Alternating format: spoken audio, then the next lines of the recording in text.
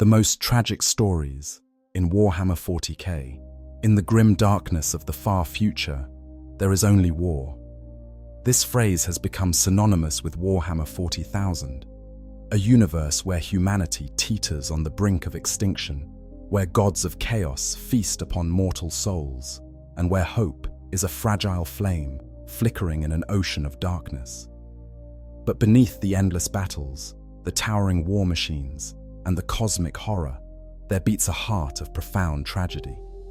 These are stories of individuals and civilizations ground beneath the wheel of fate, of heroes broken by their own virtues, and of victories that taste like ash in the mouth. Today, we're delving into the most heartbreaking tales that Warhammer 40,000 has to offer. These aren't just stories of death and destruction, though those elements are certainly present. These are narratives that explore the deepest wells of human suffering, the cruelest ironies of fate, and the terrible price of existence in a universe that seems designed to crush the spirit as thoroughly as it destroys the body. What makes a story truly tragic in this setting? It's not merely the scale of loss, though the numbers can be staggering. Entire worlds burn, billions die, and civilizations spanning millennia crumble into dust. But the real tragedy lies in the personal, in the moments where we see the humanity behind the helmets and the hope behind the battles. It's in the good intentions that pave roads to damnation, the sacrifices that prove meaningless, and the heroes who become the very monsters they swore to destroy. The tragedy of Warhammer 40,000 is that almost every story could have gone differently. The Imperium didn't have to become a xenophobic theocracy. The Primarchs didn't have to fall to chaos. Countless worlds didn't have to burn.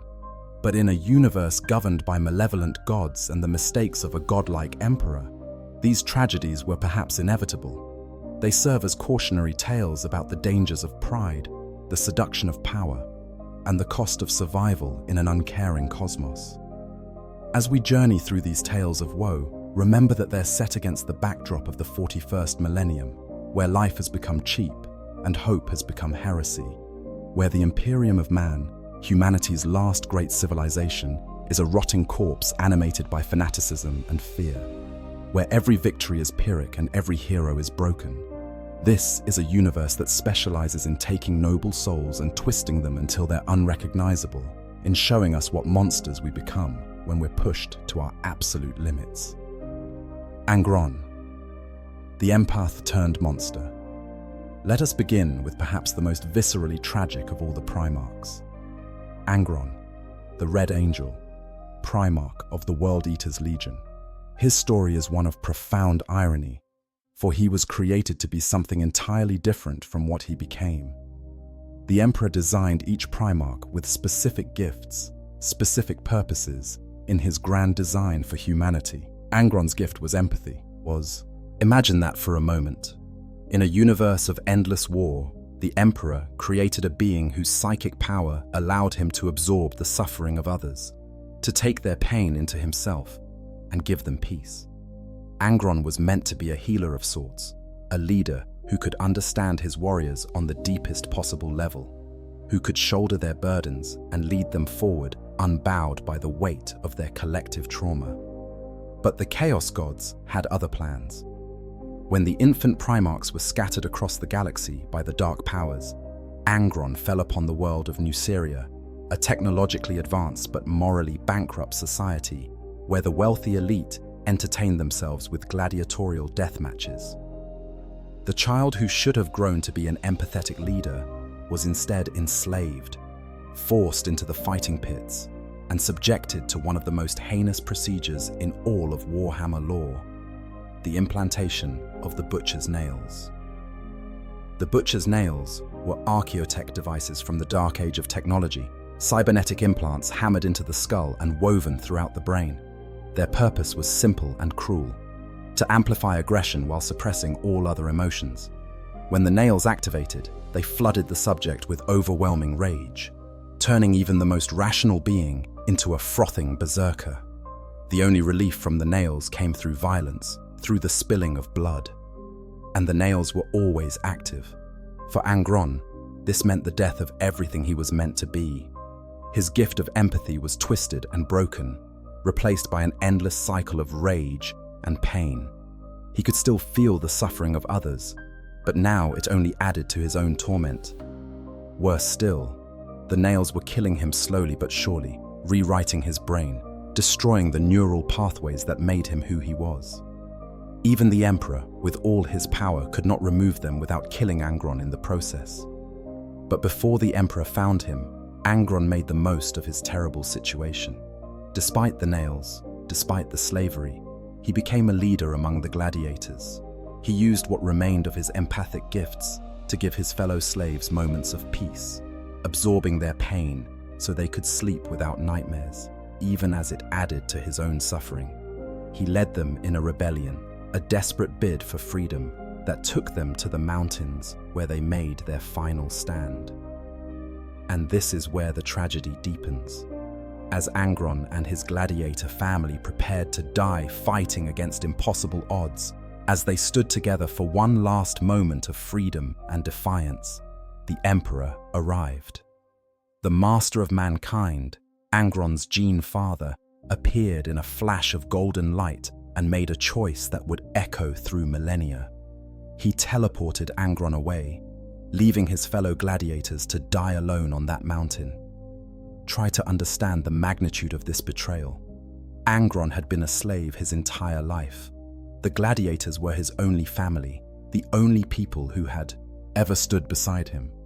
They were prepared to die together, to make their last stand as free men and women.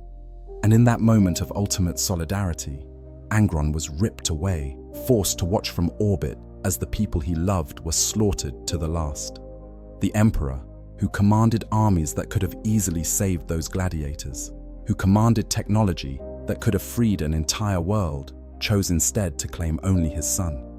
When Angron came to consciousness aboard the Emperor's warship, he was broken in a way that could never be repaired. The butcher's nails were killing him, yes, but the psychological wound was deeper. He had been robbed of his death, stolen from the only moment of true choice and freedom he'd ever known. The Emperor tried to give him a legion, tried to give him purpose in the Great Crusade, but Angron saw it for what it was. More slavery, just a different master. In his bitterness and rage, Angron made a terrible decision. He ordered his legion's tech marines and apothecaries to replicate the butcher's nails, to implant them in his space marines.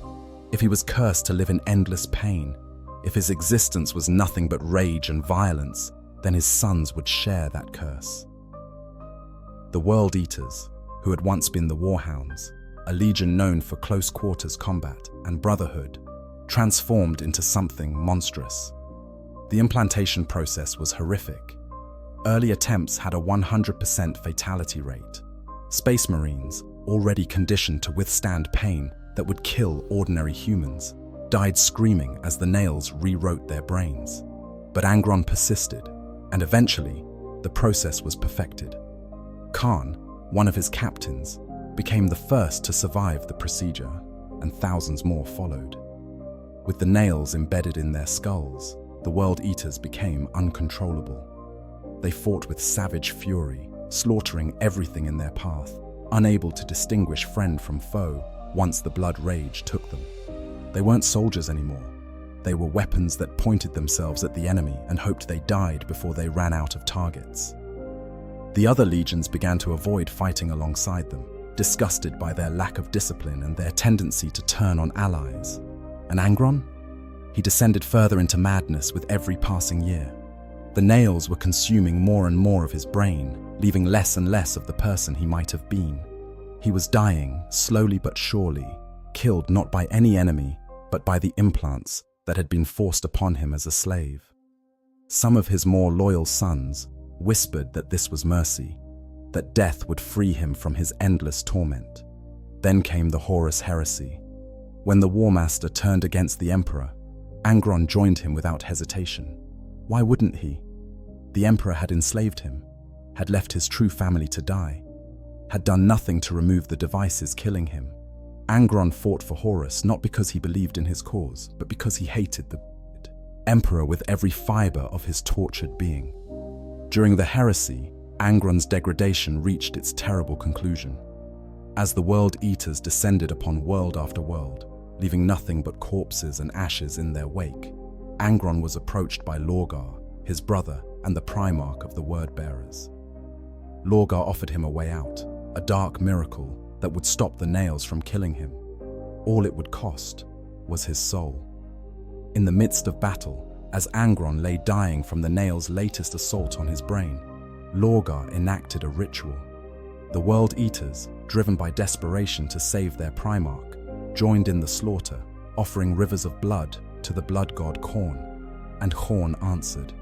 Angron was transformed into a daemon Primarch, a being of the warp-given form, immortal and unstoppable. The nails could no longer kill him, because he was no longer entirely real.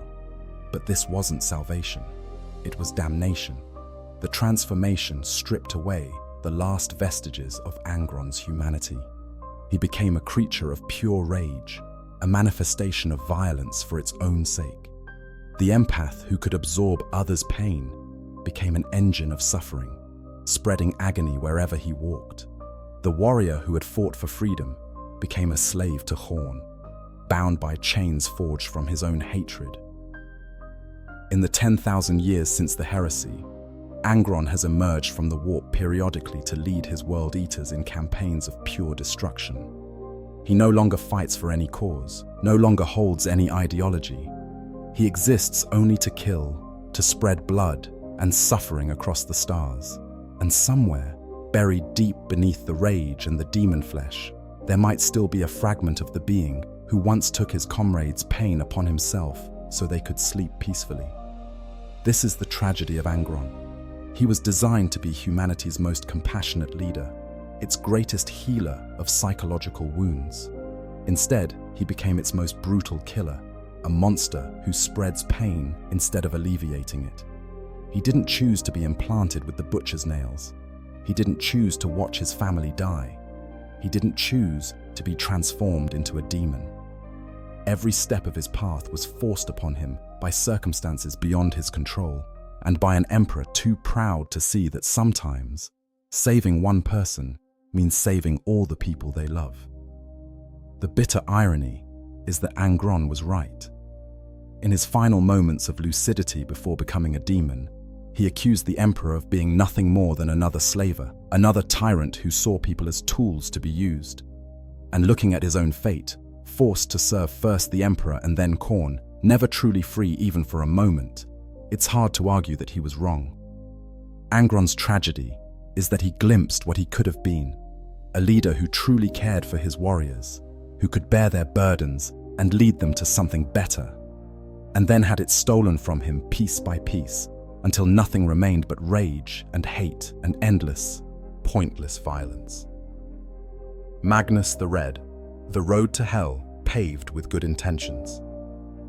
If Angron's tragedy is one of external forces destroying an inherently good nature, then Magnus the Red's tragedy is one of internal hubris, leading to damnation despite the purest of intentions.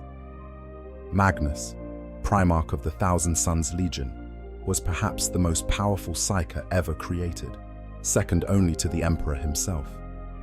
He was a scholar, a seeker of knowledge, a being who believed that understanding the universe could save it.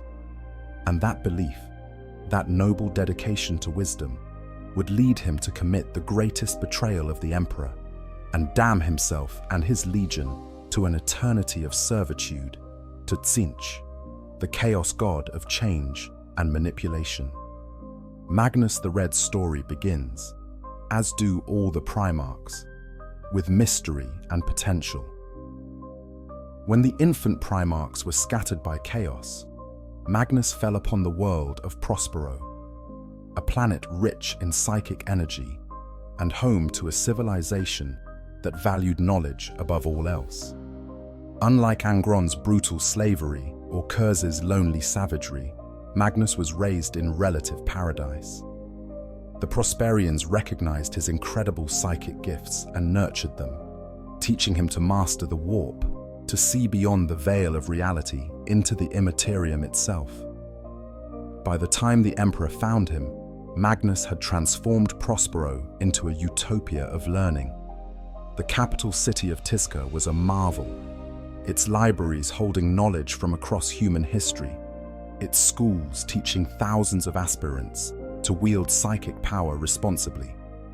Magnus and his 1,000 Sons Legion became the Emperor's premier scholars and historians during the Great Crusade, recovering lost knowledge from dead civilizations and cataloging the wonders they encountered. But Magnus had a fatal flaw. He believed he could master anything, understand anything, control anything. This included the warp itself, that roiling dimension of psychic energy and emotion where the Chaos Gods held sway. The Emperor had forbidden deep research into the warp, understanding the dangers it posed. But Magnus, in his pride, believed he knew better. He thought that by understanding the warp thoroughly, he could protect humanity from it. He saw his father's prohibitions not as wisdom, but as fear, as an unwillingness to grasp the tools necessary for humanity's survival. This philosophical disagreement came to a head at the Council of Nicaea, a conclave called by the Emperor to address the growing concerns about psychers within the Space Marine legions. Many Primarchs had witnessed their warriors succumb to possession or mutation through reckless use of psychic powers. They argued for strict limitations or outright prohibition. Magnus defended the Librarius program with passion and eloquence, arguing that psychers properly trained and disciplined were essential to humanity's future. The Emperor ruled against Magnus. The Librarius program was disbanded, the use of psychic powers forbidden except for sanctioned applications like astropathic communication. For Magnus, this felt like a profound betrayal. His father, the most powerful psyker in existence, was denying his sons the tools they needed. It seemed like hypocrisy of the worst kind, but Magnus didn't rebel. He accepted the ruling, or appeared to. He took his legion back to Prospero and continued his studies in secret, convinced that when the time came, when humanity needed the knowledge he was gathering, his father would see reason. That moment came when Magnus, through his psychic gifts, discovered the most terrible truth imaginable. Horus, the War Master, beloved son of the Emperor and commander of all Imperial forces, had been corrupted by chaos and was planning to rebel. The Imperium stood on the brink of civil war, and only Magnus knew it. He had to warn the Emperor immediately. Lives hung in the balance. The future of humanity itself was at stake. But how?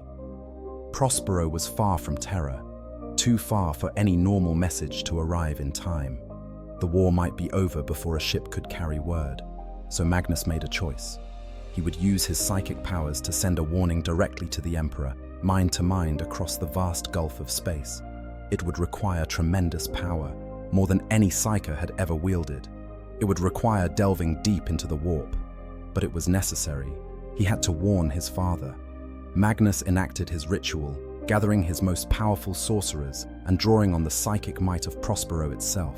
The spell worked. His message reached across the galaxy like a lance of pure thought, piercing through the barrier between the warp and reality to deliver his warning directly to the Emperor. But in his desperation and his pride, Magnus failed to see the trap he was walking into. The Chaos Gods, particularly Tzench, had been manipulating him for years, guiding him toward this exact moment. When Magnus's psychic message struck Terra, it didn't just reach the Emperor. It smashed through the psychic wards protecting the Imperial Palace, destroying the webway project the Emperor had been constructing in secret. This project, a human-built passage through the warp that would have allowed safe, faster-than-light travel without risking possession or corruption, was the Emperor's great hope for humanity's future. It would have freed humanity from dependence on the warp for travel, would have neutered the Chaos God's ability to interfere with human affairs, and Magnus had just destroyed it. Worse, his breach of the webway opened a portal directly into the palace's depths, through which demons began to pour. The Emperor was forced to leave his other duties and personally hold the portal closed, sitting upon the golden throne day after day, year after year, maintaining a psychic barrier against the tide of chaos. The Webway project, millennia in the making, was ruined beyond repair. From the Emperor's perspective, his son had just committed the greatest act of betrayal imaginable. Magnus had ignored his explicit prohibitions against delving into the warp. He had used sorcery after it had been forbidden, and in doing so, he had destroyed humanity's best chance at a brighter future. The irony was crushing. Magnus had been trying to save the Imperium, but his actions had doomed it to 10,000 years of slow decay. The Emperor sent the Space Wolves, led by Leman Russ, to bring Magnus back to Terra to face judgment, but this message was intercepted by Horus, who saw an opportunity to eliminate a potential enemy. Horus convinced Russ that Magnus was too dangerous to bring in alive, that he needed to be destroyed along with his entire legion. Whether Russ needed much convincing is debatable. The Space Wolves and Thousand Sons had never gotten along, and Russ had argued forcefully against Magnus at Nicaea. Magnus, through his psychic sight, knew the attack was coming. He could have prepared his legion, could have mounted a defense. The Thousand Sons were powerful sorcerers, and Prospero's defenses were formidable. They might even have won, or at least bought time to evacuate. But Magnus, drowning in guilt over what he had done, decided that he and his legion deserved punishment. He blinded his own forces to the coming attack, using his psychic might to block their divinations and communications, ensuring they would be taken by surprise. The attack, known as the Burning of Prospero, was apocalyptic. The Space Wolves, accompanied by the Sisters of Silence, who nullified psychic powers with their mere presence, and the Adeptus Custodes, fell upon Prospero with devastating force. The orbital bombardment alone should have destroyed Tizca, but the Thousand Sons' psychic shields held, maintained by Astartes, who didn't understand why they were under attack. Then came the ground assault. The fighting was brutal and one-sided. The Thousand Sons, caught completely unprepared, fought with desperate courage, but they were outnumbered and outmaneuvered. The Space Wolves showed no mercy, killing civilians and Astartes alike, burning the great libraries with all their accumulated knowledge, destroying the academies where generations of students had learned to master their gifts. Tizca, the city of light, became a furnace of death and destruction. Magnus watched it all from his pyramid, paralyzed by guilt and self-recrimination. He had doomed his sons twice, first by breaking his father's commandments, then by refusing to let them defend themselves. When Leman Russ finally confronted him, Magnus barely resisted. The two Primarchs clashed in single combat, and Russ proved the better warrior, breaking Magnus's back across his knee. As Magnus lay dying, he made one final choice. He enacted a spell of epic proportions, teleporting all surviving Thousand Sons off Prospero and into the warp. They materialized on the planet of sorcerers, a demon world in the Eye of Terror. But the spell came at a price. Magnus shattered his own soul, splitting himself into fragments, the largest of which was consumed by Tseenge. Magnus the Red, who had sought only knowledge and understanding, became a demon Primarch, a puppet of the very chaos gods he had once believed he could outsmart. The transformation of the Thousand Sons was equally horrific. Many of them suffered from a mutation called the flesh change, where their bodies would spontaneously mutate into writhing masses of tentacles and eyes and teeth. On Prospero, this affliction had been rare, kept in check through discipline and training. But in the Eye of Terror, surrounded by Tzeentch's energies, the flesh change ran rampant. Thousand Sons warriors collapsed into puddles of screaming protoplasm, their gene seed lost forever. In desperation, Arzek Ahriman, Magnus's chief librarian, enacted a spell called the Rubric of Ahriman. He intended to cure the flesh change forever, to save his brothers from mutation. Instead, the spell went wrong. Those Thousand Sons without psychic power were reduced to dust, their souls bound into their armor as mindless automatons.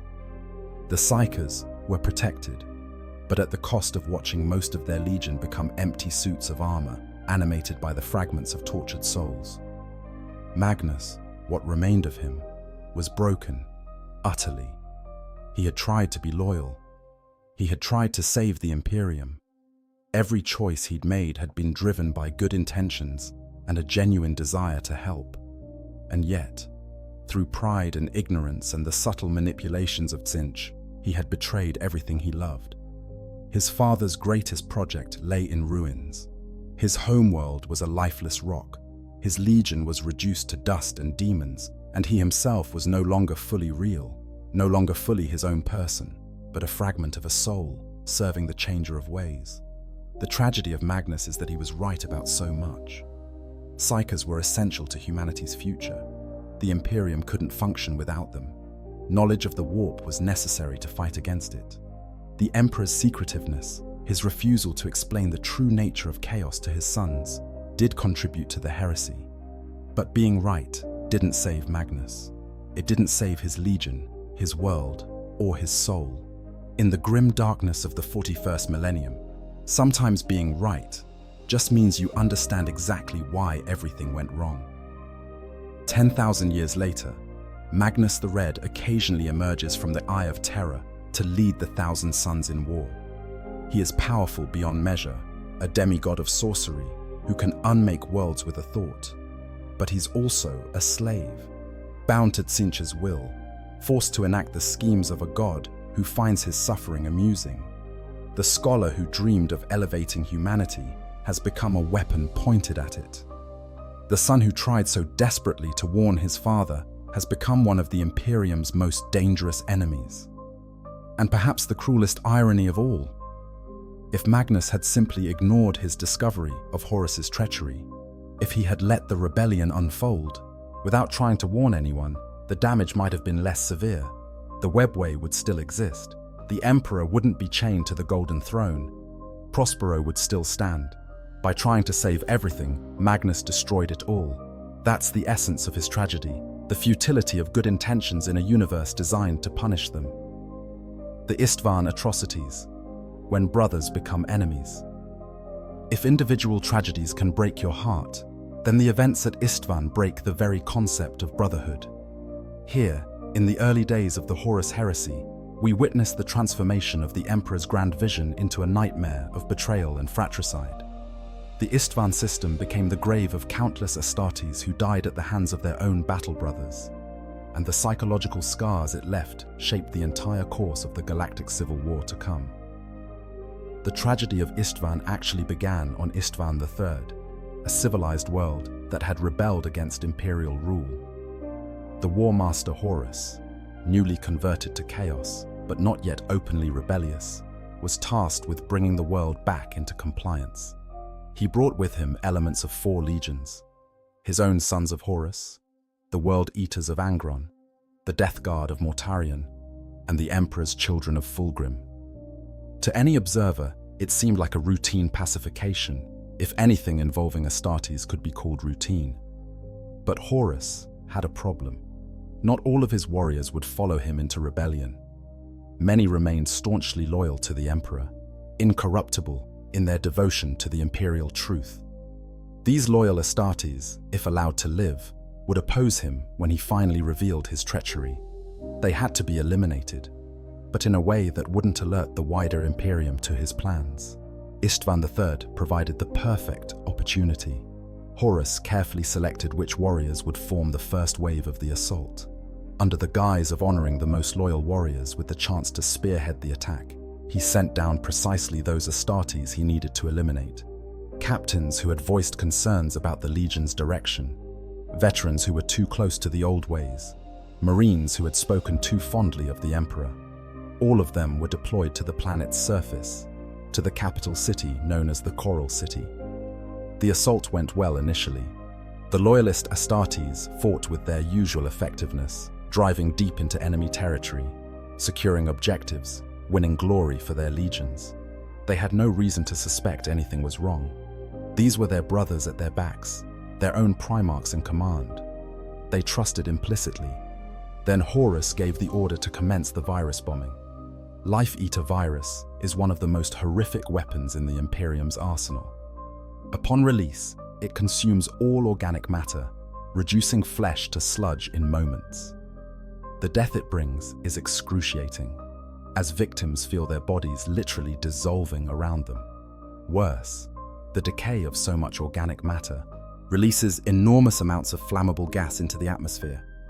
A single spark, which the bombardment provided, ignites this gas in planet-wide firestorms that can melt stone.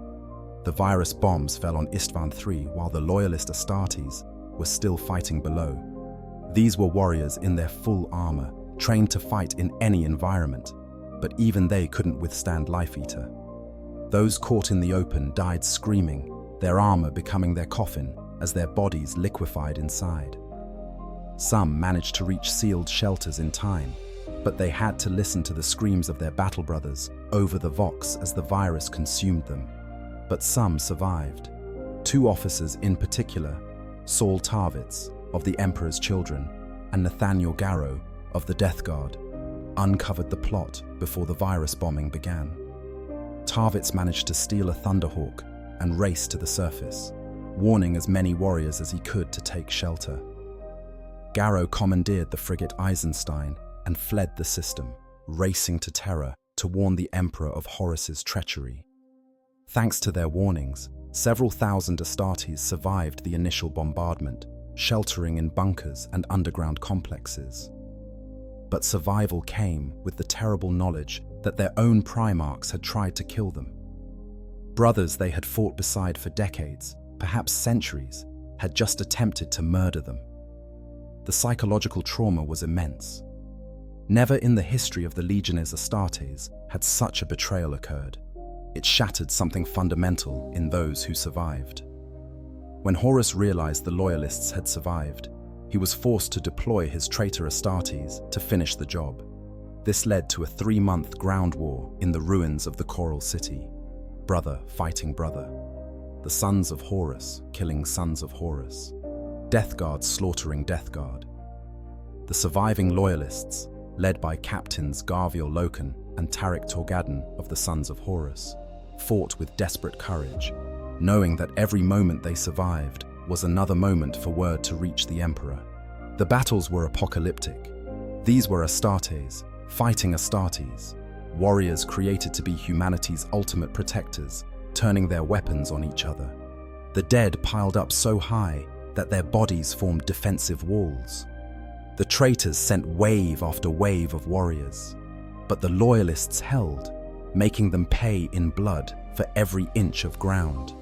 At one point, Angron himself descended to the surface with 50 companies of World Eaters, so maddened by the Butcher's nails that he couldn't wait for the siege to conclude naturally. Throughout the siege, the surviving Loyalists declared themselves by their original names and honors. The Sons of Horus became the Lunar Wolves again, reclaiming their identity from before Horus's corruption. They fought not for glory or victory. They knew they would die, but for defiance, to prove that not all of them had fallen, that loyalty still meant something. The end came through orbital bombardment and sheer attrition. The traitors couldn't dislodge the defenders through ground assault alone, so they resorted to carpet bombing the ruins, reducing what remained of the Coral City to rubble and molten stone. The Loyalists fought until the very last, until no more remained to hold the line. Garviel Loken, one of the heroes of the early Great Crusade, a warrior who had fought aliens and traitors and never faltered, died in those ruins, buried beneath the very world he'd tried to save. But the tragedy of Istvan was only beginning. The news that Garrow brought to Terra forced the Emperor's hand. He ordered 7 full legions to converge on the Istvan system and bring Horus to justice.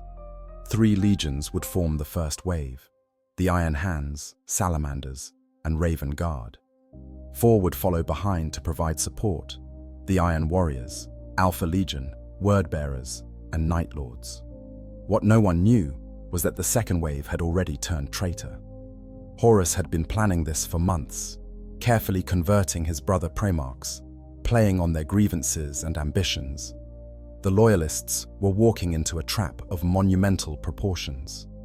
The first wave landed on Istvan V, deploying to a massive canyon called the Urgol Depression, where Horus had concentrated his forces. The Iron Hands, led by their Primarch Ferrus Manus, spearheaded the assault. Ferrus was driven by rage against Fulgrim, who had tried and failed to convert him to Horus's cause and had killed many of his warriors in the attempt. He wanted vengeance, and he let that desire override his tactical judgment. The assault went well initially. The Loyalists pushed deep into Horus's positions, their drop pods landing like meteors, their warriors cutting through traitor Astartes with practiced efficiency. Victory seemed within reach. Ferrus Manus himself fought at the front, his hands encased in living metal, crushing all who stood before him. The Salamanders and Raven Guard supported him from the flanks, their own Primarchs, Vulcan and Corvus Corax, leading their legions with skill and courage. Then the second wave arrived. The Iron Warriors, Alpha Legion, Word-Bearers, and Night Lords deployed to the field, and the Loyalists cheered, believing reinforcements had arrived just in time to seal their victory. The traitors opened fire. The betrayal was total and absolute. The second wave's guns roared, cutting down Loyalist Astartes by the thousands. Drop pods still descending were blown out of the sky. Infantry formations were torn apart by artillery fire from warriors they'd fought beside countless times. The Loyalists found themselves caught in a perfect kill zone. Traitor Astartes before and behind them, the geography itself channeling them into prepared killing fields. The carnage that followed has become known as the Drop Site Massacre, and it earned that name through rivers of blood. 90% of the 3 Loyalist legions died in those hours. The Iron Hands fought with desperate fury, trying to break through to their Primarch. But Fulgrim had been transformed into a demon, possessed by a greater demon of Slaanesh. He met Ferrus Manus in single combat, and, with unnatural speed and strength, severed the Gorgon's head from his shoulders. The Salamanders and Raven Guard fared little better. Vulcan was last seen disappearing in a nuclear fireball, buried under the weight of firepower the Iron Warriors brought to bear. Corvus Corax fought Lorgar of the Word-Bearers and nearly killed him before Conrad Kersey intervened. The few survivors scattered into the wastelands or managed to flee off-world, but they were broken forces, their legions shattered beyond repair for the duration of the heresy. The psychological impact of Istvan cannot be overstated. For the Loyalists, it proved that they couldn't trust anyone, that even their brother Astartes might be corrupted, that the civil war would be far worse than anyone had imagined. For the traitors, it was a point of no return. They had massacred their brothers en masse, had committed an act so heinous that there could be no forgiveness, no way back to the Emperor's grace. From that point forward, the only path was through terror and the throne room itself. The drop site became a symbol of betrayal, a place where brotherhood died and was replaced by paranoia and hate.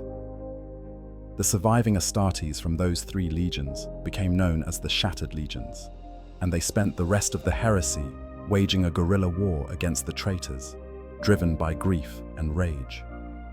Some of them, like the Iron Hand Shadrach Meduson, became legends in their own right, proving that even broken legions could still fight. But they were haunted by the memories of Istvan, by the moment when their own brothers had turned their guns on them and laughed while they died. The tragedy of Istvan is the tragedy of trust betrayed. These warriors had been forged into brotherhoods that transcended normal human bonds. They lived together, fought together, died together. They were literally brothers in a genetic sense, sharing gene seed derived from the same Primarchs. And in a few short hours, that brotherhood was revealed as illusion, or worse, as a weapon that could be turned against them. Today, 10,000 years later, the site of the Drop Site Massacre is still toxic, still haunted by the ghosts of the fallen. The Loyalist chapters remember Istvan in their liturgies, speaking the names of the fallen to keep their memory alive. The traitor legions remember it too, some with pride, others with shame, but all of them marked forever by what they did on those black sands. It was the moment when the Horus heresy became truly terrible, when the scale of the betrayal became clear. when everyone understood that this wouldn't be a short war or a simple rebellion, but a conflict that would break the galaxy and leave scars that could never heal. Konrad Curze, the prophet who carved justice in flesh. In the pantheon of tragic primarchs, Konrad Curze, the Night Haunter, stands apart. Where Angron was broken by others and Magnus fell through pride, Curze's tragedy was that he saw exactly what he would become and walked toward it anyway, convinced that his dark path was the only honest one. His story is one of isolation, madness, and the terrible price of unfiltered truth in a universe built on necessary lies. Curze's tale begins not with family or community, but with absolute solitude. When his Primarch pod crashed through the surface of Nostromo and into the planet's core, the infant inside clawed his way up through kilometers of rock to emerge in the darkest depths of Nostromo Quintus, the planet's primary hive city. Unlike his brothers, who were found and raised by kings, warriors, or scholars, Curze was utterly alone. He grew up in the sewers and underhives, competing with rats for scraps, learning that the only law was strength and the only mercy was death. Nostromo itself was a nightmare world. The planet orbited a dying sun, wrapped in perpetual darkness. Its people had adapted to this endless night, their eyes sensitive to even the faintest light. But this physical adaptation came with a spiritual darkness. Nostromo was ruled by corruption, by criminal gangs and aristocratic families who were often indistinguishable from one another. Murder was common, justice was a joke, and the people lived in constant fear of the predators, both human and otherwise, that stalked the shadows. The young Curze witnessed all of this and was shaped by it. But unlike the criminals around him, who embraced the darkness and used it to their advantage, Curze had a gift: precognitive visions. He could see the future, or rather, a future. And what he saw horrified him.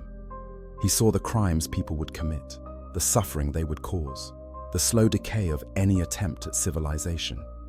These visions came unbidden, often overwhelming him at crucial moments, showing him death and betrayal, and the inevitable entropy of all things.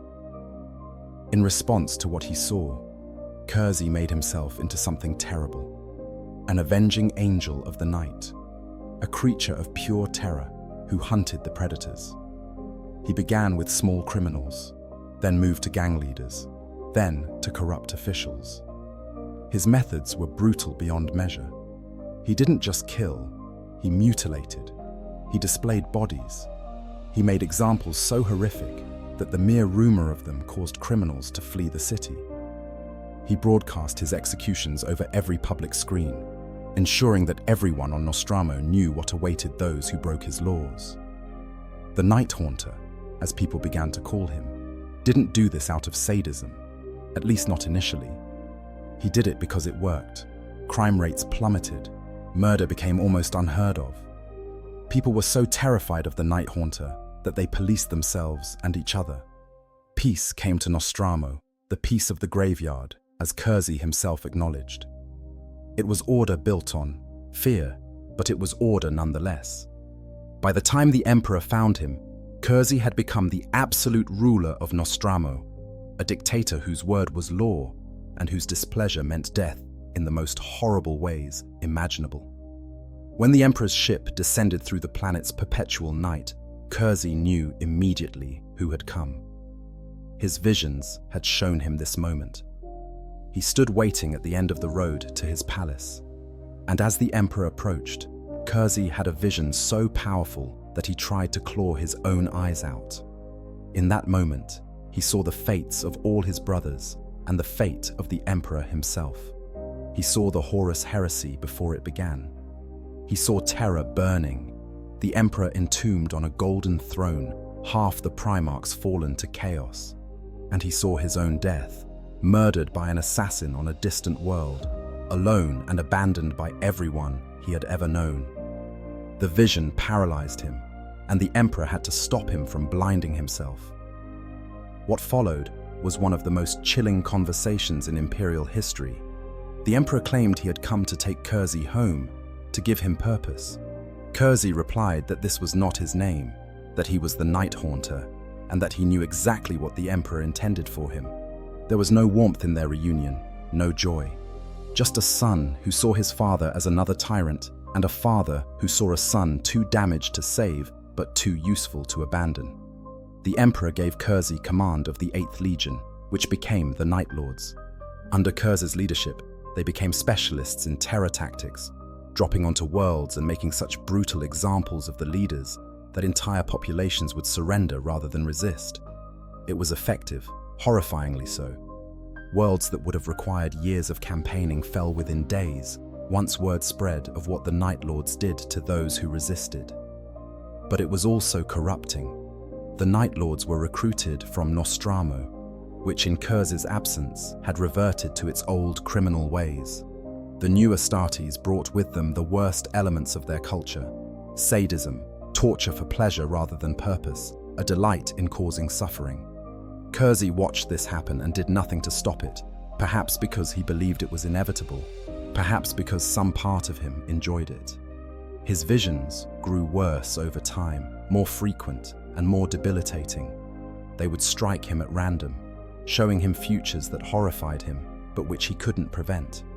He saw the futility of the Great Crusade, the inevitable betrayal, the long, slow death of the Imperium. These visions drove him toward madness, or perhaps revealed the madness that had always been there.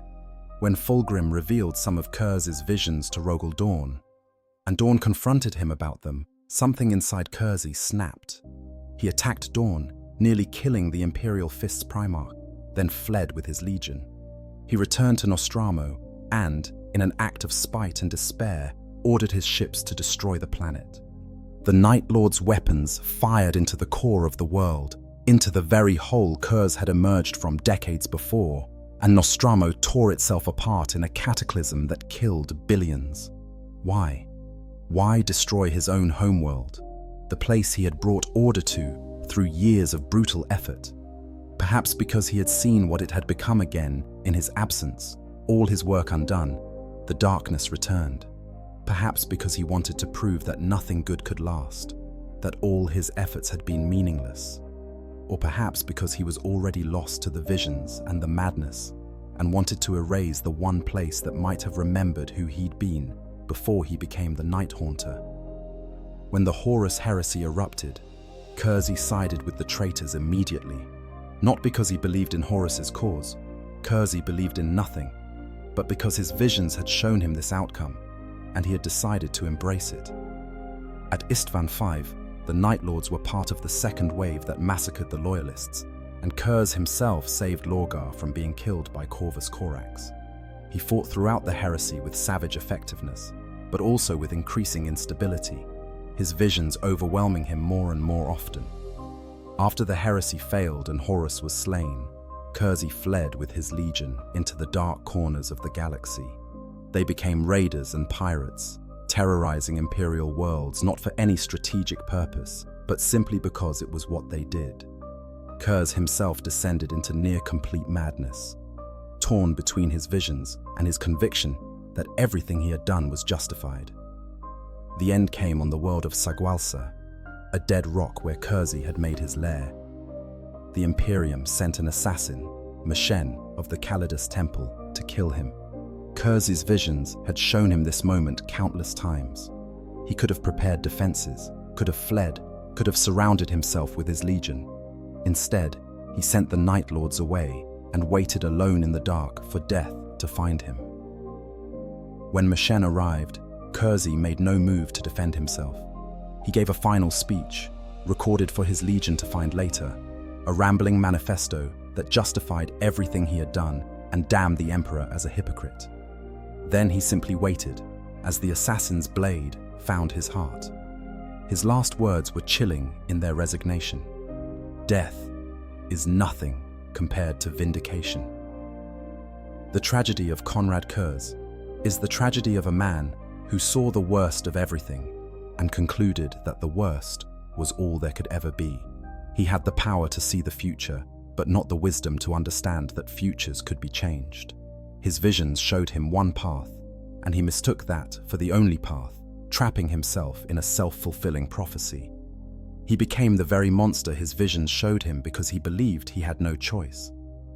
Kersey genuinely believed that fear was the only reliable tool for controlling human behavior, that without terror to keep them in line, people would always revert to their worst impulses.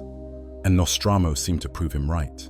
In his absence, the planet did return to chaos and crime, but he never considered that perhaps the reason Nostromo fell again was because he had never given them anything to aspire to, only something to fear.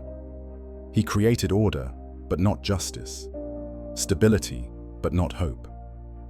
The most tragic aspect of Kersey is that he was partially right about many things. The Emperor was a tyrant who used his sons as weapons. The Imperium was built on lies and propaganda. The future of humanity was dark and bloody. But being right didn't save him or make his cruelty justified. It just meant he understood why he was damned, which made the damnation worse. Today, the Night Lords continue their terror campaigns, scattered warbands following the teachings of a Primarch who died 10,000 years ago. They are hated and feared throughout the Imperium, and they revel in it, seeing their reputation as proof that their gene father was right all along. Somewhere in the warp, it's whispered that fragments of Kersey's soul still linger, bound to his legion, unable to find peace because he never believed peace was possible. The Night Haunter remains what he always was, a prophet of suffering, who made his own visions come true through his inability to imagine anything better. The Lamenters, cursed to suffer, refusing to break. If the Primarch's tragedies are those of individuals with godlike power, then the story of the Lamenters chapter is the tragedy of ordinary heroes ground down by cosmic bad luck and the indifference of an uncaring universe. They are a chapter that has endured more catastrophes, more betrayals, and more misfortune than any other, and yet they continue to fight, continue to protect the innocent, continue to embody the ideals of what the Astartes were meant to be. Their story is one of unending suffering and unbroken faith, and it might be the most heartbreaking of all. The Lamenters were born from the 21st Founding, an event that would come to be known universally as the Cursed Founding. In the early 36th millennium, the Adeptus Mechanicus decided to experiment with the gene seed used to create space marines, attempting to correct the various flaws that had accumulated over the millennia. They had good intentions, to create chapters free from the genetic defects that plagued many of the original legions. The Lamenters were created from Blood Angel's gene seed, and the Mechanicus believed they had succeeded in removing the two great curses that haunted the sons of Sanguinius, the Black Rage and the Red Thirst. For a time, it seemed to work. The Lamenters showed no signs of the berserker fury that could overcome Blood Angels, no excessive bloodlust that drove other chapters to extremes.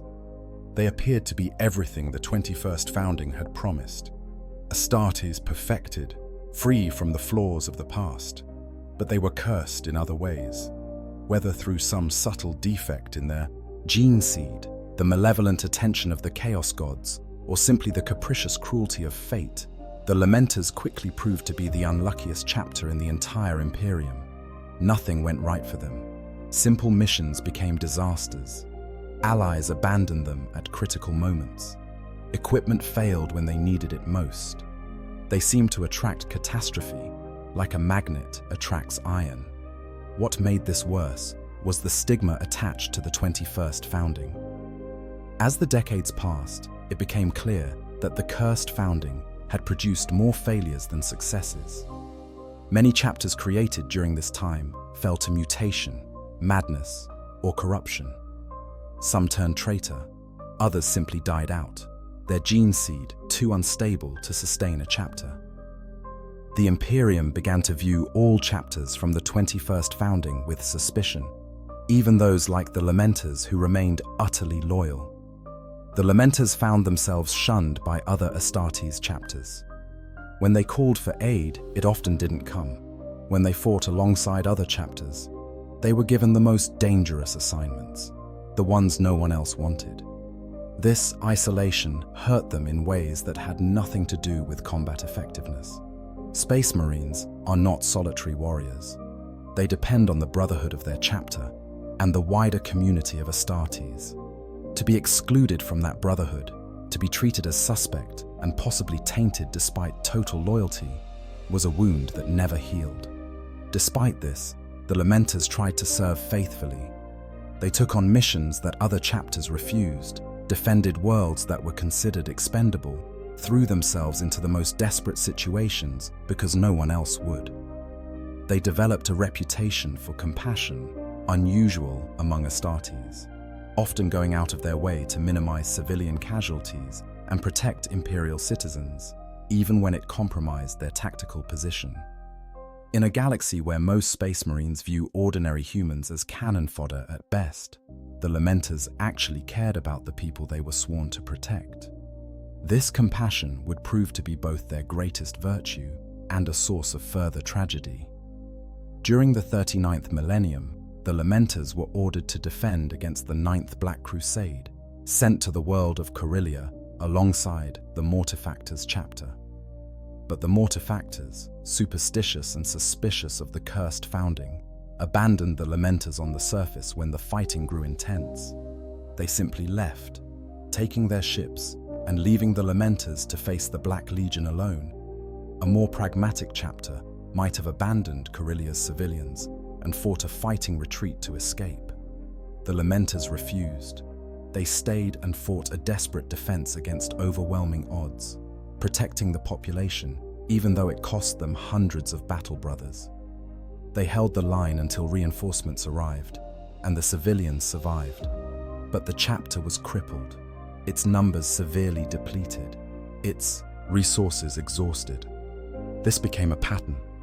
The Lamenters would be abandoned by allies, would face impossible odds, would win through courage and sacrifice, and would emerge victorious, but weaker. Their numbers reduced, their equipment damaged. Other chapters who fought in similar circumstances often had reserves to draw on, supply lines that remained open, allies who could be trusted. The Lamenters had none of these advantages. They were alone. Then came the Badab War, perhaps the darkest chapter in the Lamenters' history. The conflict began when Lugft-Huron, chapter master of the Astral Claws, seceded from Imperial control, forming a secessionist state in the Maelstrom Zone. Huron drew several chapters into his rebellion, including the Lamenters. But the Lamenters didn't join out of treachery or ambition. They joined because Huron had shown them kindness and brotherhood when other chapters had spurned them. For a chapter that had been rejected and isolated for so long, the bonds of friendship and mutual respect offered by Huron were precious beyond measure. When Huron rebelled, the Lamenters felt obligated to stand by him, not because they agreed with his cause, but because he had stood by them when no one else would. It was a decision born from loneliness and the desperate human need for belonging, and it would cost them dearly. Throughout the Badab War, the Lamenters fought as reluctant combatants. When faced with the Marines Errant, another chapter they had fought alongside during the Corinth Crusade, they refused to fire upon them, instead using intimidation and maneuvers to drive them off. They protected civilian convoys and tried to minimize the war's impact on innocent populations. They hoped, perhaps naively, that their loyalty to friendship would be understood, that their essential goodness would be recognized. It wasn't. The Imperium sent the Minotaurs chapter to deal with the Lamenters specifically. The Minotaurs, also from the cursed founding, but far more brutal and ruthless, tracked down the Lamenters' fortress monastery, the battle barge Mater Lacrimarum, the Mother of Tears, a name that in hindsight seems almost prophetic. The battle was savage and one-sided. The Lamenters were ambushed, outnumbered, and forced to surrender after losing most of their strength. By the end of the Badab War, the Lamenters chapter was reduced to little more than 300 battle brothers, a fraction of their original strength. A full-strength chapter numbers around 1,000 Astartes. The Lamenters were functionally extinct, unable to fulfill their duties, unable to defend themselves if attacked. Many expected them to be declared excommunicate traitoris and destroyed. Instead, the Imperium showed mercy, perhaps recognizing that the Lamenters' rebellion had been born from misplaced loyalty rather than corruption. They were declared penitent and sentenced to a 100-year crusade on the eastern fringe of the galaxy, fighting without support or resupply to prove their loyalty through suffering. For most chapters, this would have been a death sentence. For the Lamenters, it was just another day. The penitent crusade put the Lamenters directly in the path of Hive Fleet Kraken, one of the largest Tyranid swarm fleets ever encountered. With barely 300 warriors and limited resources, the Lamenters faced one of the most terrifying Xenos threats in the galaxy. They fought on world after world, each battle a desperate last stand, each victory bought with irreplaceable lives. On Malvolian, they faced waves of Tyranid bioforms that blotted out the sun. They held for weeks, buying time for the civilian population to evacuate, losing brothers with every hour that passed. On Devlin, they defended a hive city with a garrison that should have numbered thousands, not the few dozen they could spare. The Tyranids came in endless waves, and the Lamenters killed them by the millions, but there were always more. By the time other chapters arrived to help contain the Tyranid threat, the Lamenters were down to their last 3 companies, barely 200 warriors. They had fought Hive Fleet Kraken to a standstill through sheer stubborn courage, but the cost had been catastrophic. Their chapter serfs, their scout companies, their vehicles and equipment, all lost in battles that should have been impossible to survive. And yet they survived. Against all odds, through luck that was somehow worse than having no luck at all, the Lamenters endured. They rebuilt, slowly and painfully, accepting Primaris reinforcements and new recruits, patching their equipment together, carrying on because that was all they knew how to do. The tragedy of the Lamenters isn't any single catastrophe, though they've endured plenty. It's the grinding, relentless accumulation of misfortune, betrayal, and loss. It's being punished for loyalty, abandoned by allies, forced to prove themselves again and again, despite having already proven everything that should matter. It's the knowledge that no matter how bravely they fight, no matter how many civilians they save, no matter how loyal they remain, the next disaster is always waiting around the corner. What makes it worse is that the Lamenters could have given up. They could have turned to chaos, as many chapters from the Cursed Founding did. They could have become cynical and brutal, abandoning their compassion for efficiency. They could have simply disbanded, their remaining warriors joining other chapters, escaping the curse that seemed to follow their yellow and checkered armor. But they didn't. They keep fighting, keep protecting, keep believing in the ideals that the Imperium claims to represent, even when the Imperium itself has abandoned those ideals. The Lamenter's symbol is a bleeding heart on a checkered background. It's perhaps the most appropriate chapter symbol in all of Warhammer 40,000. They are the chapter whose heart bleeds for humanity, who feels the pain of those they protect, who refuses to become monsters despite the universe's best efforts to make them so. They are heroes in the truest sense, not because they're the strongest or the most glorious, but because they keep trying to do good in a universe that punishes goodness at every turn.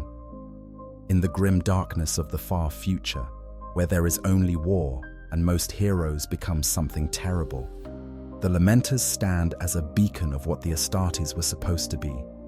Protectors, not conquerors. Saviors, not destroyers. And if they're cursed to suffer for it, then they'll suffer with their hearts still intact and their honor still unblemished. That's their tragedy, but it's also their triumph. They refuse to be broken, even when breaking would be easier than enduring. Smaller tragedies that echo through time. Not all of Warhammer 40,000's tragedies operate on the scale of fallen Primarchs or shattered legions. Some of the most heartbreaking stories are those of individual warriors whose names are barely remembered, but whose sacrifices speak to the human cost of the endless war.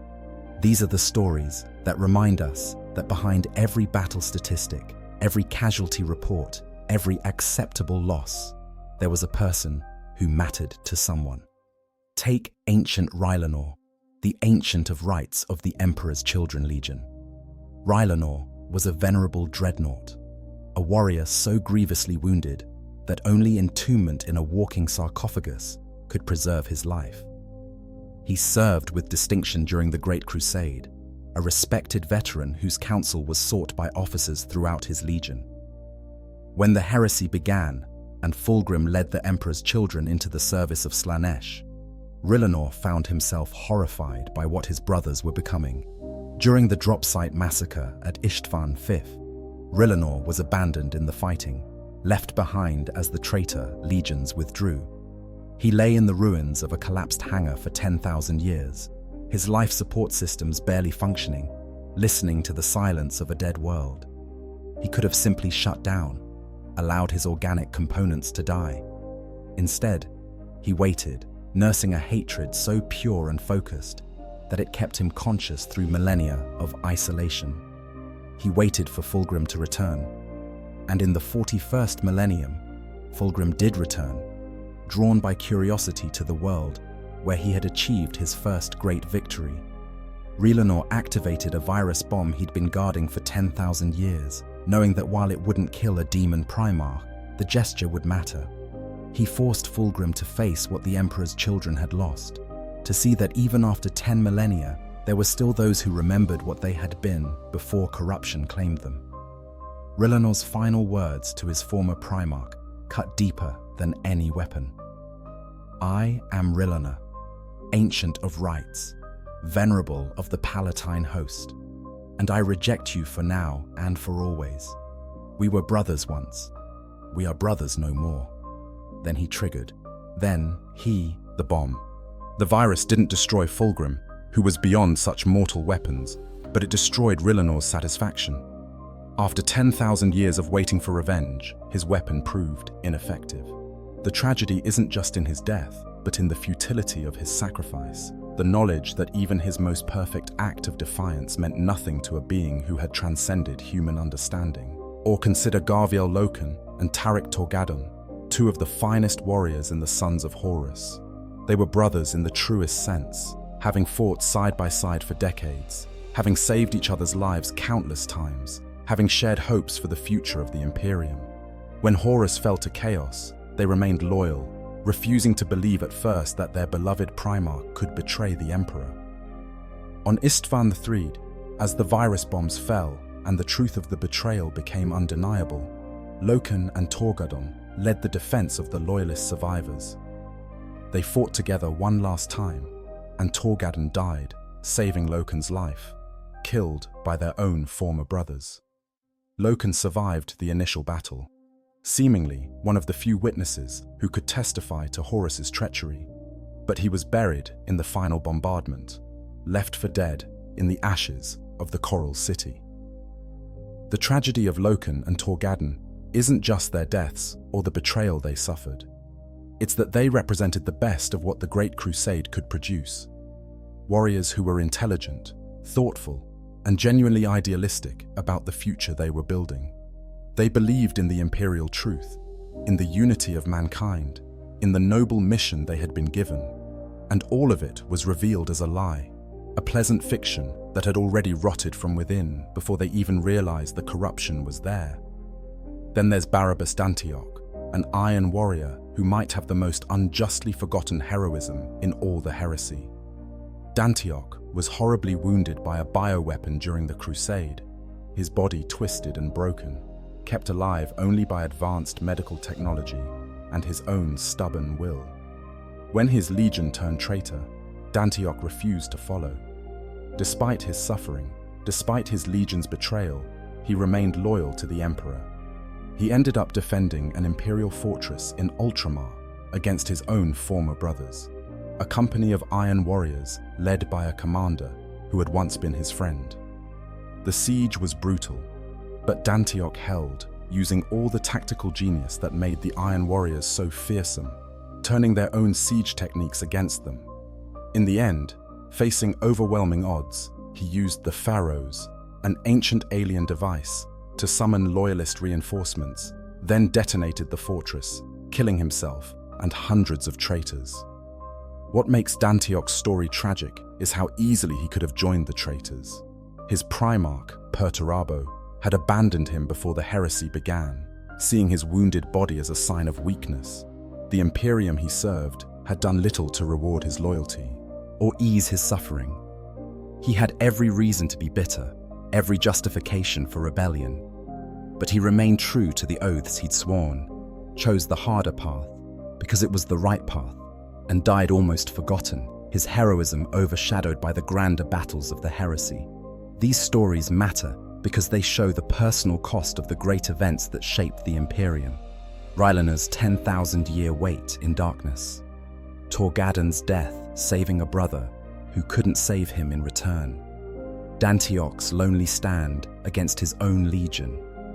These aren't the centerpieces of the Horus heresy, but they're the threads that make the tragedy real, that transform numbers and battles into human stories of loss and sacrifice. Every battle in Warhammer 40,000 has hundreds of these smaller tragedies embedded within it. The Space Marine who holds a position so his squad can retreat, knowing he won't survive. The Tech Priest who stays at his post to keep the shields running while the ship dies around him.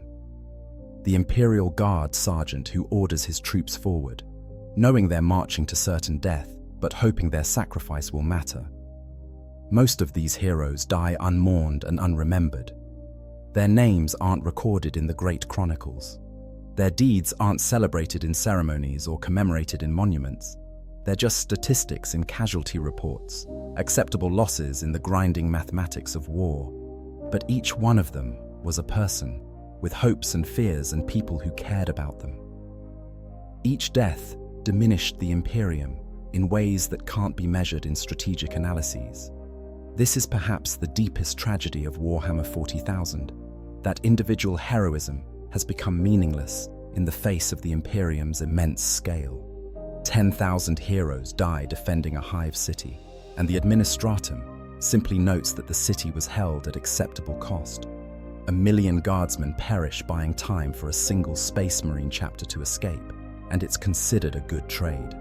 The mathematics of survival in the 41st millennium are brutal and utterly divorced from human compassion. And yet, people continue to be heroic anyway. They continue to sacrifice themselves for causes they know are probably hopeless, to protect people they know will probably die anyway, to stand against darkness they know will probably consume them. Not because they believe they'll be remembered or rewarded, but because they refuse to become the monsters that survival in this universe seems to demand. That refusal, that stubborn insistence on remaining human in an inhumane cosmos, might be the greatest tragedy of all, because it guarantees suffering while changing nothing. The greater tragedies, civilizations lost. Individual stories of suffering and sacrifice are heartbreaking, but they pale beside the cosmic-scale catastrophes that have reshaped entire civilizations. These are tragedies measured not in lives, but in entire species, not in battles, but in the death of cultures that spanned millions of years. They remind us that in Warhammer 40,000, entire ways of life can be extinguished, and the universe simply continues, indifferent to the magnitude of what's been lost. Perhaps the greatest of these civilization-ending tragedies is the fall of the Eldar. The Eldar, or Aeldari, were once the dominant species in the galaxy. Their empire spanned from one side of the Milky Way to the other. Their technology was so advanced as to seem like magic, and their understanding of the universe was profound. They were immortal, or as close to it as makes no difference. Each individual living thousands of years and reincarnating through the infinity circuits of their craft worlds upon death. But they became complacent in their power, with no external threats to challenge them and technology that fulfilled every need.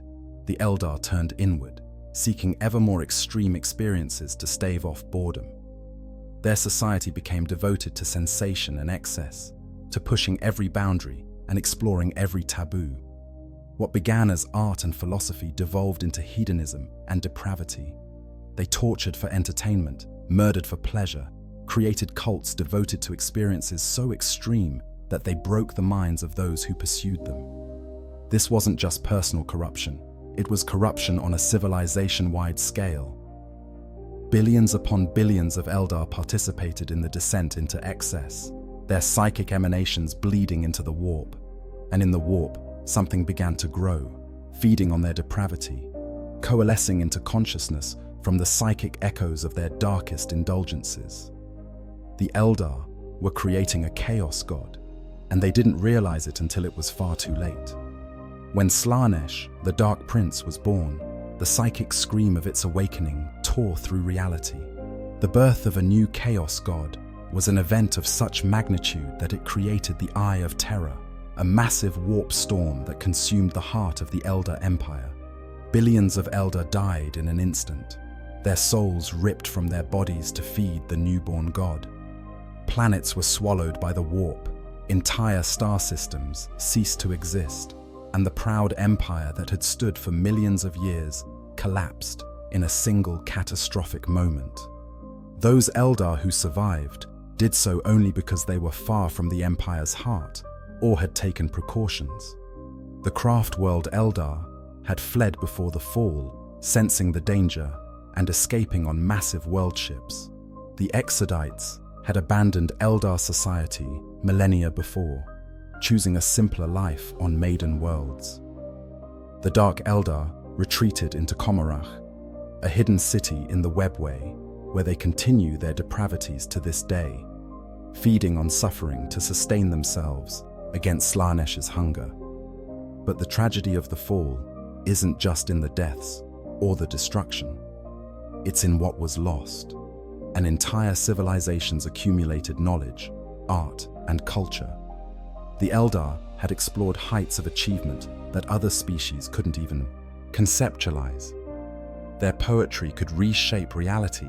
Their sculptures could trap souls. Their understanding of the universe was so complete that they had mapped the warp itself. All of it gone, consumed by a god they created through their own moral bankruptcy. The surviving Eldar are living in a dying dream. Their species is functionally extinct, their numbers too few to ever recover what they lost.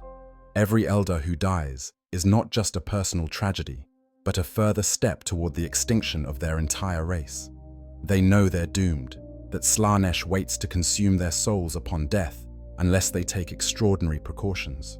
They fight on, not because they believe they can win, but because surrender means eternal torment in the gullet of a god they created. In a different way, but no less tragic, the destruction of Cadia represents the end of a different kind of civilization. Cadia was the fortress world that stood at the gates of the Eye of Terror for 10,000 years, holding back the endless tides of chaos that boiled out of the warp storm. It wasn't just a military installation, it was an entire culture built around resistance and duty. Cadian civilians grew up learning weapons drill before they could read. The planet's regiments were the finest the Imperial Guard had to offer, disciplined, well-equipped, and utterly unbreakable in their resolve. Cadian soldiers served throughout the galaxy, but they all knew that ultimately their purpose was to defend the gate, to stand between chaos and the wider Imperium, to die if necessary so that others could live. For 10 millennia, Cadia held. Chaos armies broke against its defenses like waves against a cliff. Demon invasions were repelled, traitor uprisings crushed, incursions from the Eye of Terror turned back time and again. The very stones of Cadia were said to be harder than steel, forged in the crucible of endless war. The phrase, "Cadia stands," became a rallying cry throughout the Imperium, a promise that no matter how dark the night became, there was one place that would never fall. Then came the 13th Black Crusade, Abaddon, the Despoiler's latest and most ambitious assault on the Imperium. This time, Abaddon brought not just armies, but weapons designed to break worlds. When his other assaults failed to take Cadia through military force, he resorted to a weapon of cosmic scale. He threw the Blackstone fortresses, ancient space stations of immense power, at the planet itself. The impact was catastrophic. Cadia, the unbreakable fortress world, shattered. The planet cracked open like an egg, its crust fracturing, its mantle exposed to the void. Billions died in the initial impact and the geological catastrophes that followed. The survivors fought on, even as their world died around them, defending evacuation ships and making last stands in collapsing cities. Castian Creed, the Lord General of Cadia, was last seen holding a position as the ground literally fell away beneath him. The Maisin. Fall of Cadia opened the Cicatrix Maledictum, the Great Rift, a massive warp storm that split the galaxy in two. Entire sectors were cut off from Imperial authority. Worlds that had been safe for millennia were suddenly exposed to demonic incursions. The careful balance that had held since the Horus Heresy was broken, and the Imperium was plunged into what would come to be called the Era Indomitus, a time of darkness unprecedented since the heresy itself. But the physical destruction of Cadia wasn't the only tragedy. What was lost was a culture, a way of life that had existed for 10,000 years. Cadian regiments scattered throughout the galaxy suddenly had no home to return to. Children who had expected to grow up learning to defend the gate would instead be refugees, growing up in camps or adopted by other worlds. The traditions, the stories, the very identity of what it meant to be Cadian, all of it threatened with extinction. Yet even in death, Cadia refused to surrender its meaning. The scattered regiments, the survivors on nearby worlds, they took up a new battle cry. Cadia stands. Not in a physical sense, but in spirit. As long as one Cadian still fought, as long as the memory of the fortress world lived in the hearts of its people, Cadia would never truly fall. It's a defiant gesture in the face of cosmic injustice, and perhaps that's the only kind of victory possible in the 41st millennium. These greater tragedies share a common theme, the death not just of people, but of possibility. The Eldar could have been shepherds of the galaxy, guiding younger species toward enlightenment. Instead, they birthed a chaos god and doomed themselves to slow extinction. Cadia could have held forever, a permanent bulwark against the darkness. Instead, it broke, and the galaxy fell into shadow. These were not inevitable outcomes, but the results of choices, mistakes, and malevolent intervention. They also represent a particular cruelty of the Warhammer 40,000 universe, that nothing good can last. Every victory is temporary, every achievement eventually corrupted or destroyed. The Imperium isn't slowly improving, it's slowly collapsing, losing worlds faster than it can protect them, consuming itself to fuel its own survival. The forces of chaos don't need to win decisively, they just need to outlast the defenders, who are finite, while the warp is eternal. This is the tragedy on the grandest scale, that the entire galaxy is caught in a slow-motion apocalypse, that everyone fighting is ultimately delaying rather than preventing the inevitable, that the best anyone can hope for is that the end doesn't come in their lifetime. The Elder know their species is doomed. The Imperium knows its golden age will never return. Even the Chaos Gods understand that if they consume everything, there will be nothing left to torment. Yet people still fight, still sacrifice, still believe that their actions matter, even if the outcome is predetermined. Maybe that's the ultimate tragedy. Not the magnitude of the losses, but the stubborn refusal to accept that those losses were meaningful. In a universe designed to grind hope into dust, the greatest act of defiance is to hope anyway, knowing full well that hope will be punished. Why these tragedies matter. After journeying through so much suffering, so much loss and betrayal and sacrifice, you might wonder why anyone would immerse themselves in such relentlessly dark narratives. Why do these tragic stories resonate so strongly with fans of Warhammer 40,000?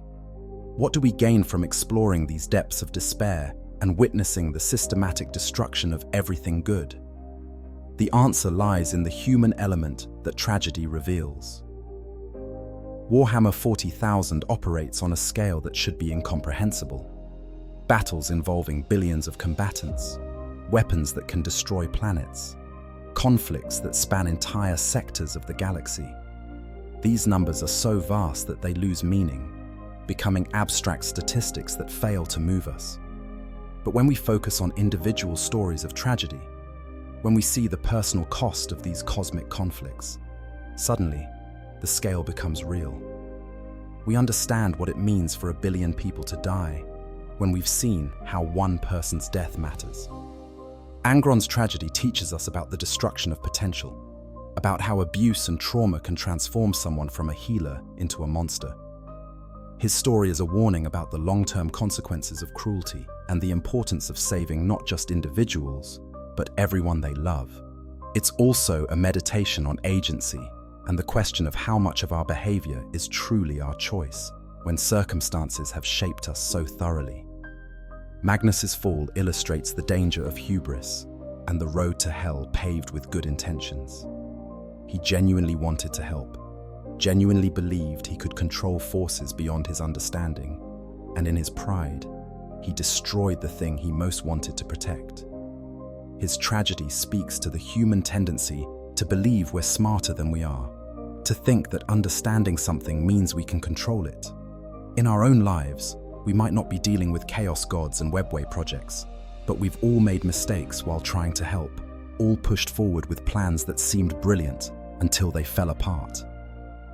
The tragedy of Istvan shows us the fragility of trust and the particular horror of betrayal by those closest to us. It's one thing to be defeated by an enemy, it's another entirely to be stabbed in the back by a brother. In a universe as hostile as Warhammer 40,000, where threats come from every direction, the breaking of brotherhood isn't just a personal tragedy, but an existential one. It forces everyone to operate in isolation, trusting no one, which makes them all weaker against external threats. The lesson is that betrayal doesn't just harm the betrayed, it poisons entire communities, making cooperation impossible and leaving everyone vulnerable. Konrad Kurzi's story is a meditation on determinism versus free will, on whether seeing a dark future means you're doomed to fulfill it. His tragedy is that he believed his visions showed him the only possible path, when in fact they showed him one possible path that he chose to walk. It's a cautionary tale about self-fulfilling prophecies and the danger of allowing fear to dictate our choices. Kurzi could have fought against his visions, could have tried to create a better future, but he was convinced that struggle was meaningless, and in believing that, he made it true. The Lamenters exemplify perseverance in the face of impossible odds and the choice to remain good when goodness is punished. They show us that heroism isn't about winning or being celebrated. It's about doing the right thing even when it costs you everything and no one will thank you for it. In a universe that rewards cruelty and punishes compassion, they refuse to become cruel. That's not naivety. It's a profound act of resistance against a cosmos that wants to make monsters of everyone. These tragedies matter because they're mirrors, distorted and exaggerated perhaps, but mirrors nonetheless. We see in Angron's rage our own struggles with trauma and the fear of becoming our worst selves. We see in Magnus's hubris our own tendency to overestimate our capabilities and underestimate the consequences of our actions. We see in the Istvan betrayals the pain of broken trust in our own relationships. We see in Kurzi's determinism our own struggles with feeling trapped by circumstances beyond our control. We see in the Lamenters our own efforts to maintain integrity when the world seems designed to break us. But there's something else these tragedies offer, a strange kind of hope.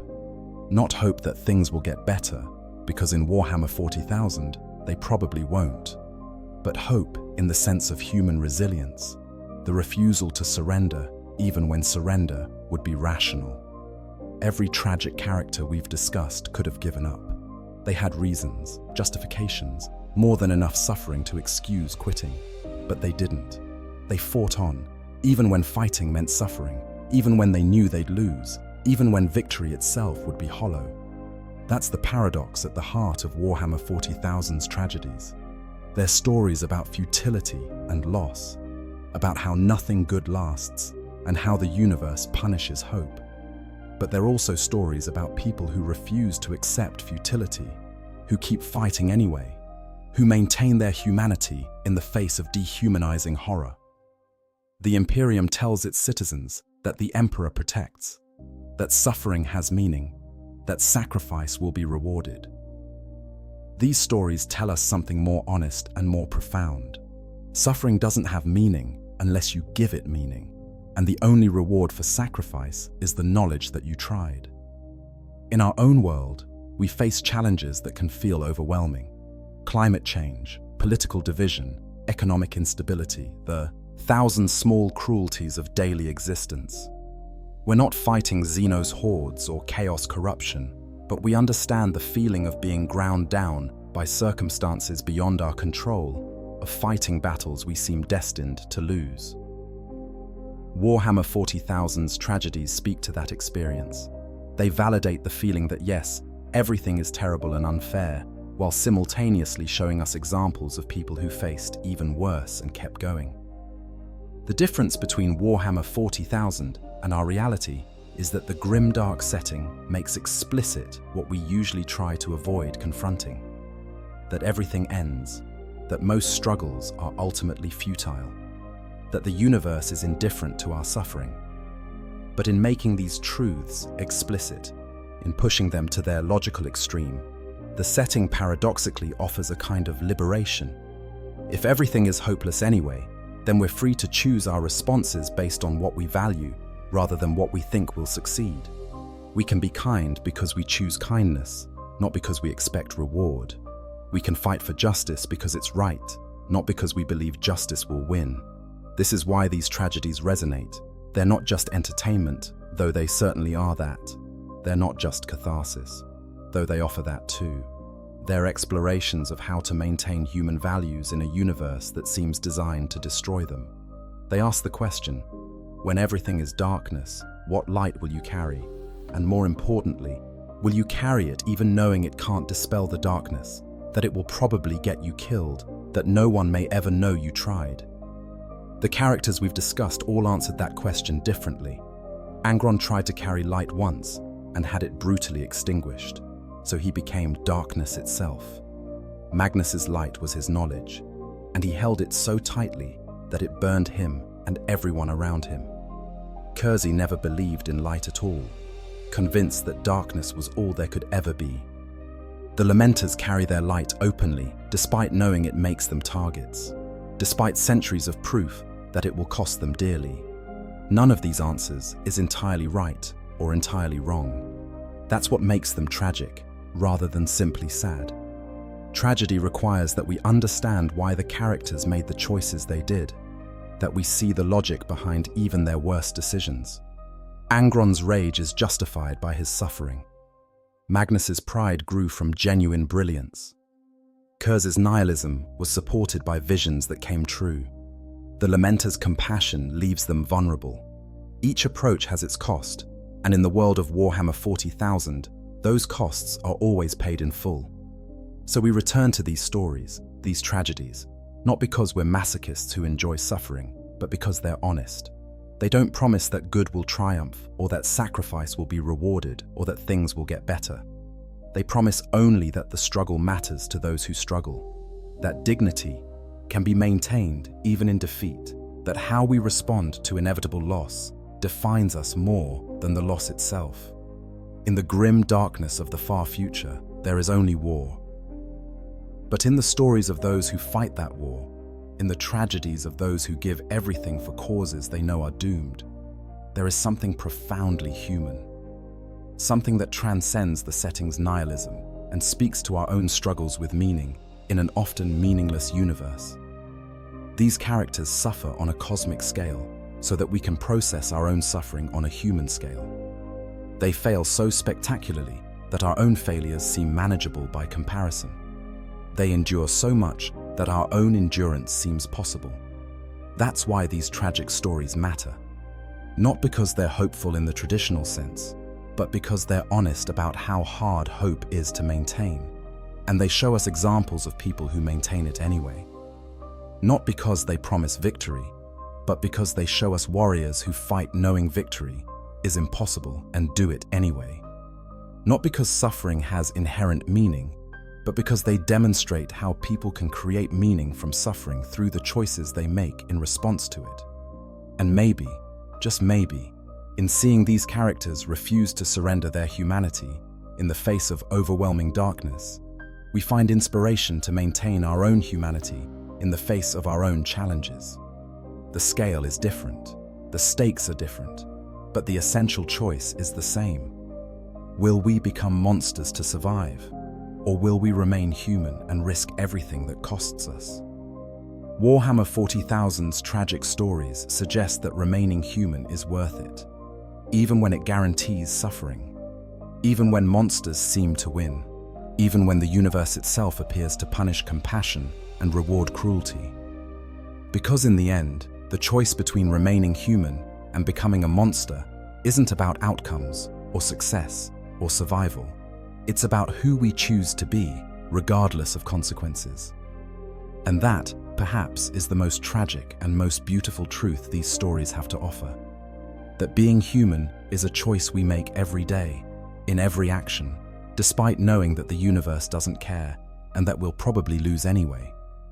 We choose it because it's who we are, or who we want to be, or who we refuse to stop being, no matter what the cost. We carry light into darkness, not because we believe it will prevail, but because someone must, and it might as well be us. If you've enjoyed this journey through tragedy and tears, through the broken lives of Primarchs and the shattered hopes of ordinary heroes, please take a moment to like this video and subscribe to the channel. Share it with others who appreciate the deeper meanings hidden in the grimdark universe, who understand that sometimes the darkest stories contain the most profound truths about the human spirit. In a universe of only war, we can at least be witnesses to those who fought with honor, who suffered with dignity, and who refused to let the darkness define them. Remember them as they deserve to be remembered, not as failures, but as examples of what it means to be human when being human is the hardest choice of all. For the Emperor, for the lost and the fallen, for those who carried light into darkness, Cadia stands.